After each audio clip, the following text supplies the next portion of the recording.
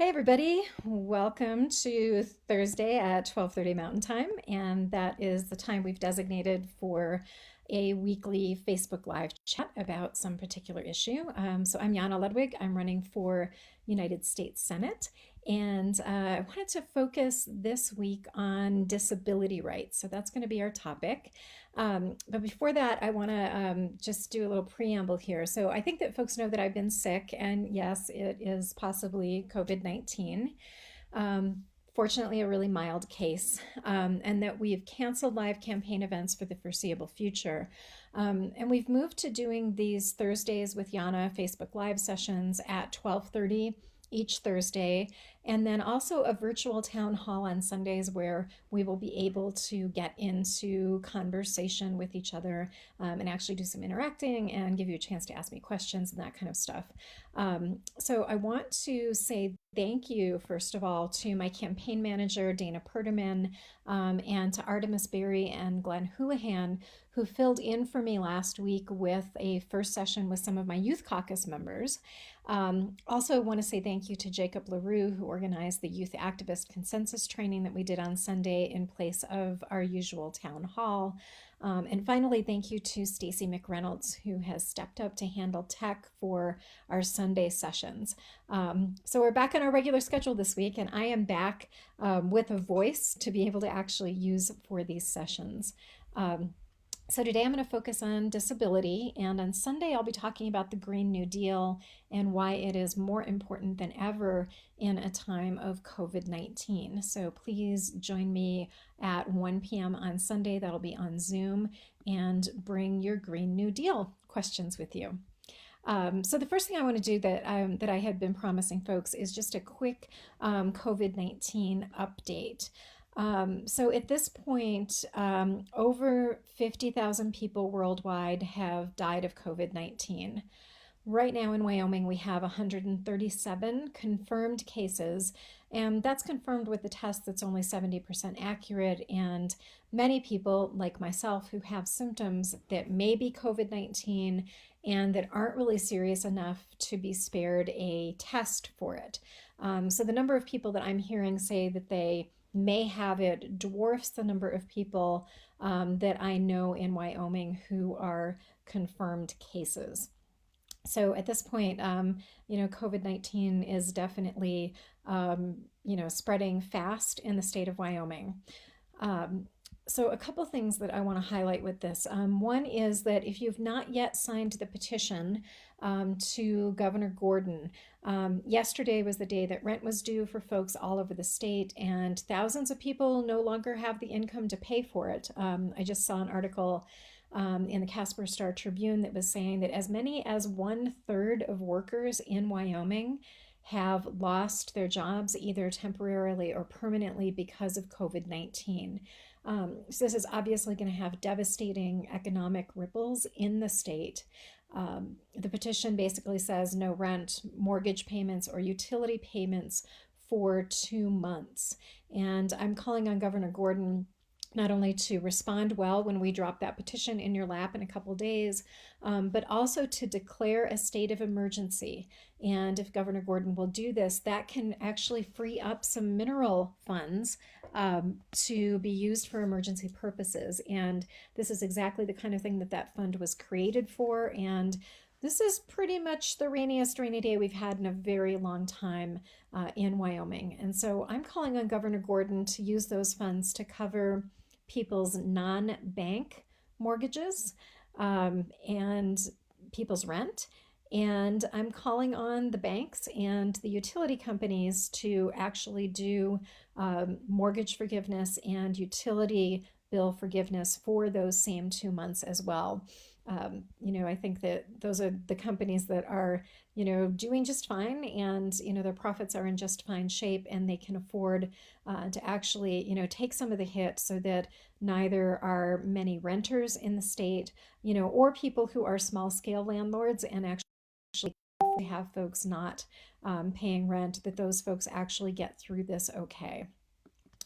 I also want to say stay in isolation as much as you can. Quarantine if you have any symptoms or have been exposed. Um, Donald Trump is wrong about trying to get us back to normal. Representative Chem in Wyoming is wrong about the perceived need to reopen the economy. The state Republican Party is wrong about celebrating Governor Gordon not issuing a stay-at-home order. We need to be isolating right now. Thousands of people have already died a really awful death from this thing, and these politicians are basically saying that profits are more important than the lives of people, and they are wrong about that.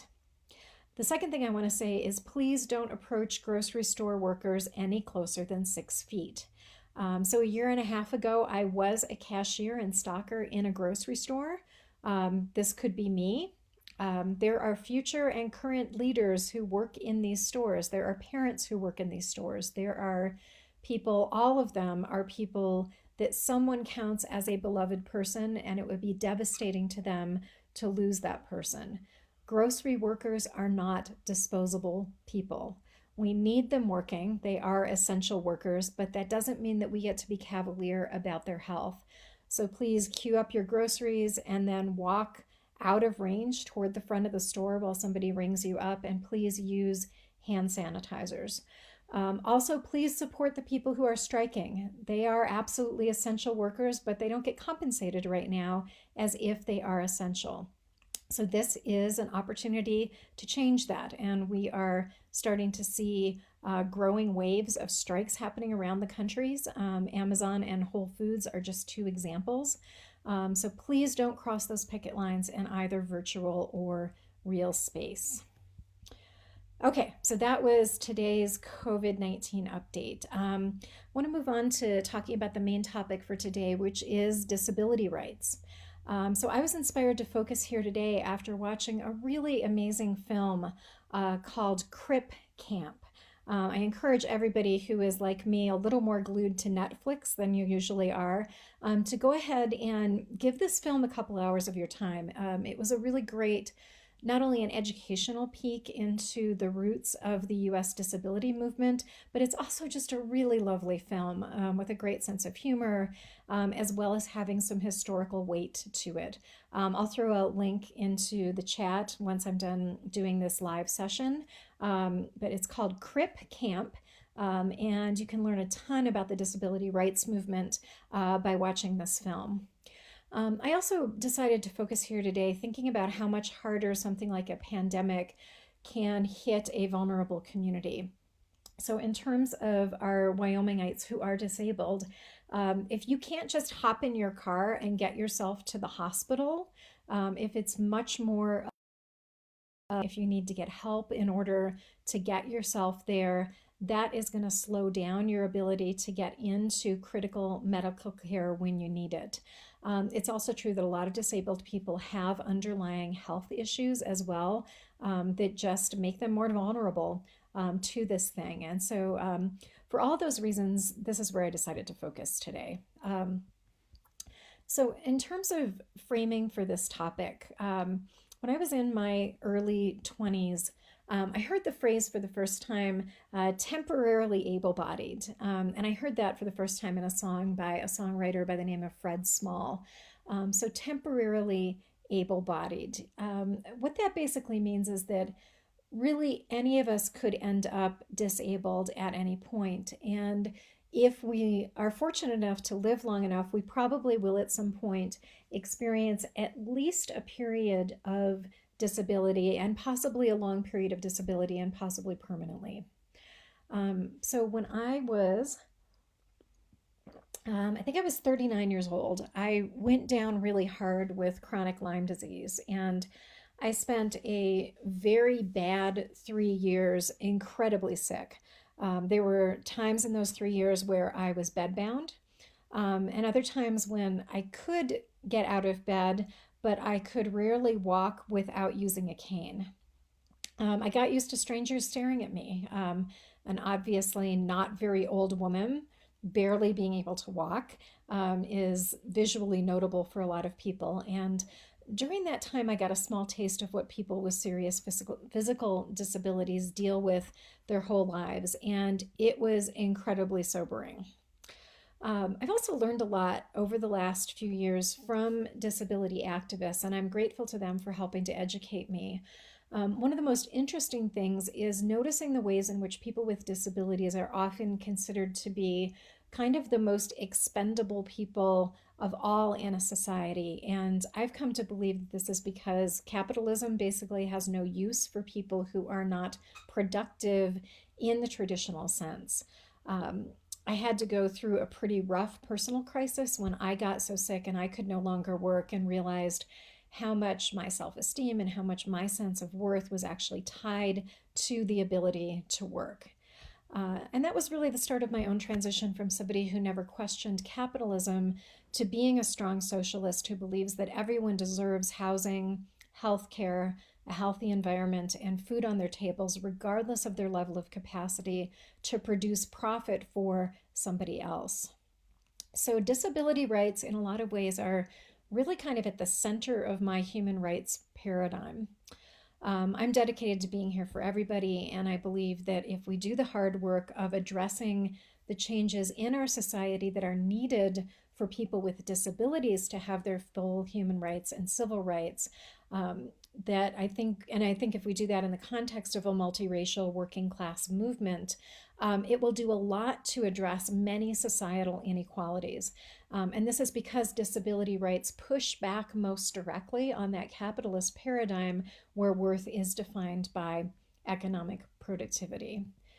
And so, for all of those reasons, I'm especially, I guess, proud of the disability rights section of the Rose Caucus platform. And the Rose Caucus, for folks who haven't already been introduced to it, is a mutually endorsed national coalition of left leaning candidates. Most of us are socialists, and I'm a founding member of the caucus. I'm not going to talk about our full disability platform because it's very extensive, but I will go ahead and put a link in the chat to our full platform so that folks can check out. I think there's almost 30 plank points in this section of our platform. But I want to highlight a few particular pieces of it that I think are particularly interesting and that address some of the issues that I've been talking to disability rights folks with about while I've been traveling around the state. So there's a number of ways that people with disabilities are currently dealing with both differential treatment and differential protections under the law in the United States. So the first one is wages. And then there's also issues around marriage rights and immigration discrimination that I want to name. So in terms of wages, we've had an exception to minimum wage for people with disabilities on the books for 80 years now. And the Rose Caucus platform eliminates that exception with a bill called the Time Act, TIME in capital letters.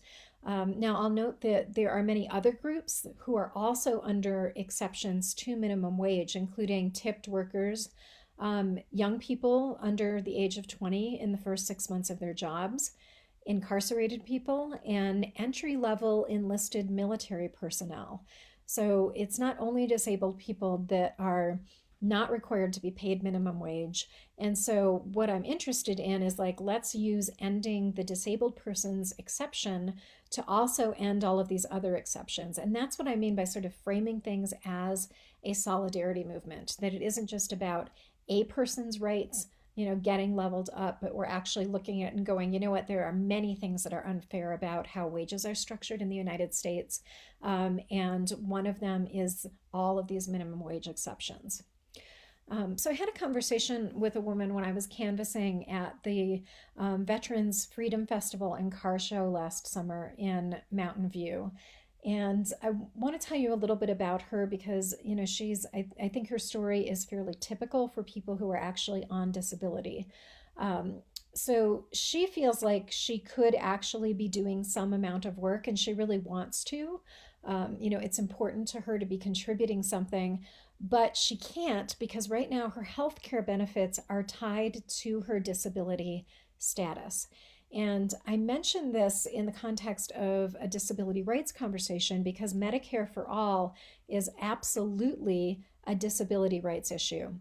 If we want people to have the freedom to give what they want to to society, having all of this packaged together is really not good for anyone. And my experience is that most people, regardless of disability or not, want to be contributing in some way. And that right now we have some really weird laws that make that impossible for some people to do. So the other categories in terms of differential treatment are in marriage rights and immigration discrimination. And these discriminations are just flat out oppression. Disabled people are people who deserve all of the same choices and all the same opportunities for happiness in their lives. They deserve the same freedom to be able to come into the United States as immigrants that other people have. And that's a whole other story about how much freedom we actually have in that department right now. But there shouldn't be a difference with people who are disabled and people who aren't. Again, if we can get away from this thing where people's worth, which is to some extent what our immigration laws are set up to sort for, if people's worth are not tied to their ability to be good capitalist contributors, then I think we're all going to be much better off. So another part of the Rose Caucus platform is the difficulty of actually getting onto disability in this country. So I have a number of friends who are in the process of disability applications right now.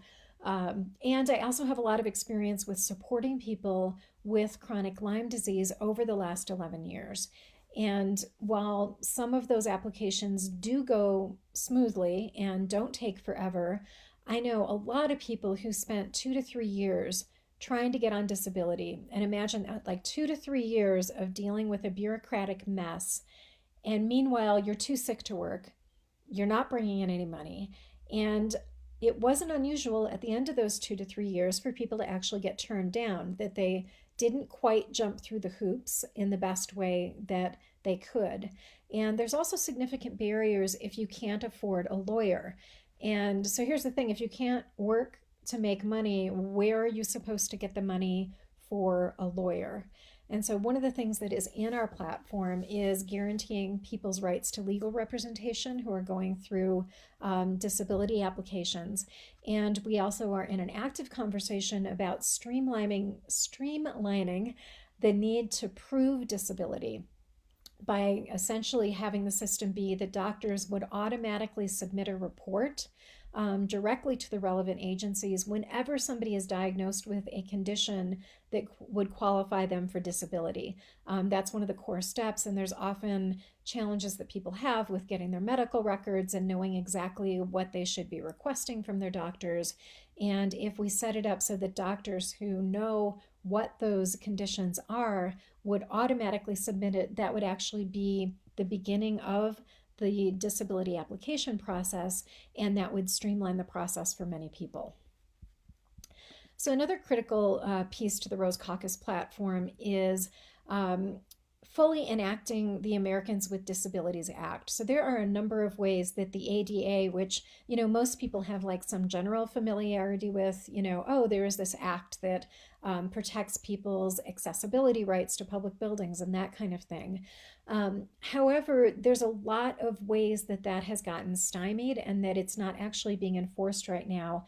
And there's also a lot of exceptions that it would not be that difficult for the federal government to put some money behind and get rid of those exceptions so that the world would just become a much more accessible place. So, for instance, I think that small businesses need federal grant support to be able to do their parts.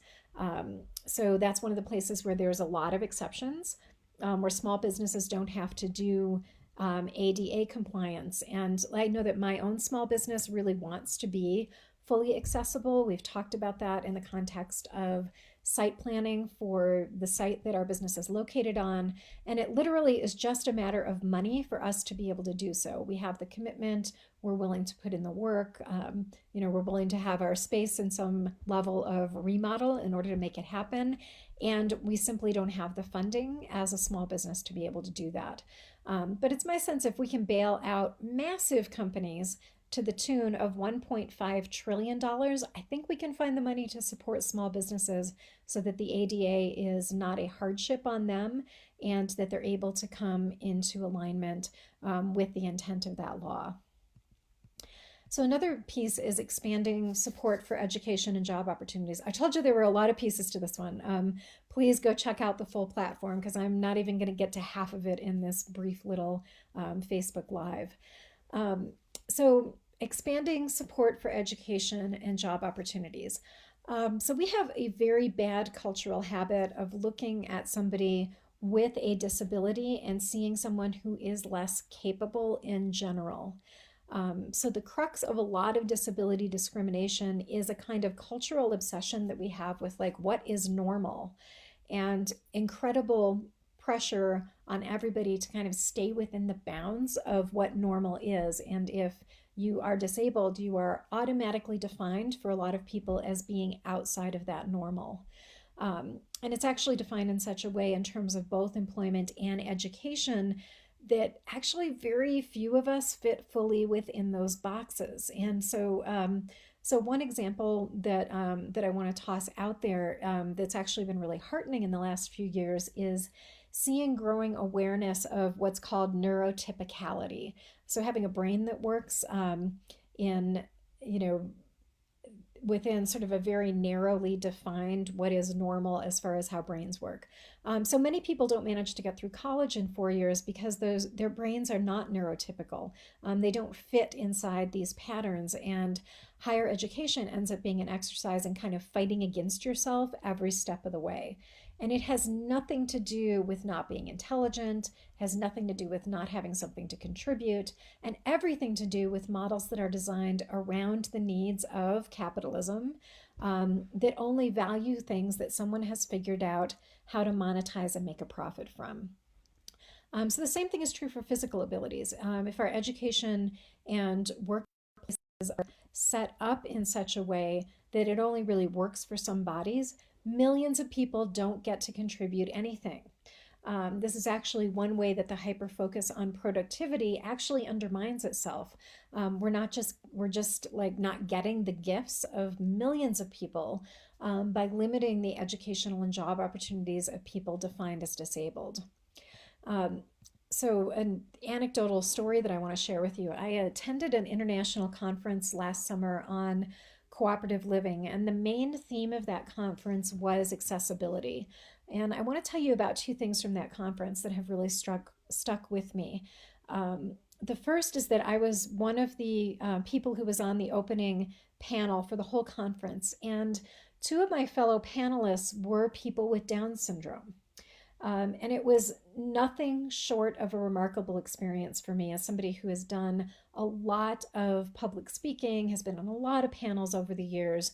And it was the first time that I was on a panel with folks with Down syndrome. And seeing people who are normally treated as disposable and kind of worthless people be contributing intelligently and compassionately to setting the tone for a major international conference was really amazing to watch. And they were funny and authentic and intelligent. And they had some incredible things to say about what their lives looked like within the context of systems that they were a part of that were actually designed around their needs and who they were and what they had to contribute.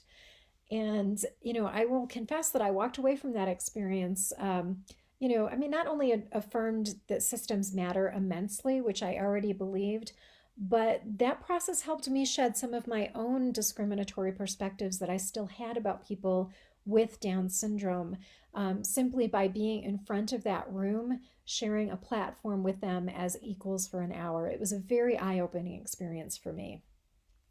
The second thing I want to share from the conference was attending a workshop with an educational psychologist whose PhD work had been studying special education systems in relation to regular classrooms, and hearing her unequivocally say that she sees the problematic thing in our education system being in how regular classrooms are defined and sort of boundaried rather than being in special ed classrooms. And her research indicated that most of the kids in regular classrooms would actually be benefiting from a loosening of that sort of normalizing one size fits all education paradigms that are actually what keep disabled kids out of those classrooms. And what she has found is that the rejection of the needs of students with disabilities, it turns out, are also a rejection of some deeply universally human needs that all of our kids share to some degree or another. And so that workshop was another piece of what really strengthened my commitment to making disability rights a much more core part of my own human rights paradigm. I believe that we should be shaping the world not to a narrowly defined normal that is based primarily on the needs of capitalism and not real human beings, but to a far more inclusive world of solidarity with those needs of everyone. And disability activists' understanding of what that more inclusive world looks like is honestly one of the most important leveraging points and one of the most educational things that I've been through over the last few years that has me understand what a transformation of our world to being more just really actually looks like. So thank you for taking some time to explore the topic of disability with me. I'm going to go ahead and post the whole platform from the Rose Caucus underneath this in the comments so that you can actually check it out. There's a lot more to it. Like I say, I just touched on some highlights. And please also join me at 1 o'clock this Sunday when I'll be talking with all of you in a conversation with you about the Green New Deal. So questions about that and about why it's important right now for us to be leaning more into the Green New Deal rather than less because of COVID-19 and the kinds of societal shifts that are being sort of called out of us right now because of this particular crisis. Thanks, everybody.